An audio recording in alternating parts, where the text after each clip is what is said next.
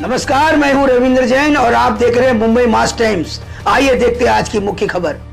प्रकल्प असेल, लोणी सावंगी, सिद्धेश्वर, निम्न दुधना या सगळ्या प्रकल्पाच्या संदर्भात मागच्याही काळामध्ये मी सगळी माहिती दिलेली आहे आणि म्हणून या निमित्ताने मला आपल्याला सांगायचं आहे की एमएमआरचं क्षेत्र जे आमचं सगळ्यात महत्त्वाचं पुढच्या काळातलं क्षेत्र आहे, या क्षेत्रामध्ये पिण्याच्या पाण्याची आणि उद्योगाच्या पाण्याची मोठी कमतरता त्या ठिकाणी होईल हे लक्षात घेऊन आपण 2025 साली पोशीर आणि शिलार या दोन धरणाच्या कामांना त्या ठिकाणी मान्यता दिली आणि मला सांगताना आनंद वाटतो दोन्हीचं टेंडर झालं, एकाचं वर्क ऑर्डर झालाय आणि दुसऱ्याचा वर्क ऑर्डर आता होणार आहे।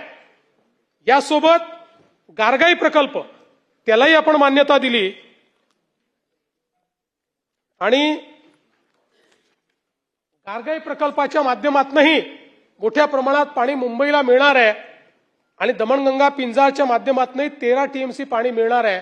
काळूशाहीचं आपण करतोय, त्याच्यातल्या अडचणी दूर करतोय, पण हे तर झाले, काळूशाहीच्या अडचणी आपण दूर करतो, पण हे प्रकल्प असे आहेत की जे आपण करून चुकलो आणि हे प्रकल्प झाले तरी पुढचे 30-40 वर्ष एमएमआर रिजनला पिण्याच्या पाण्याचा आणि उद्योगाच्या पाण्याचा कुठलाही प्रश्न उरणार नाही।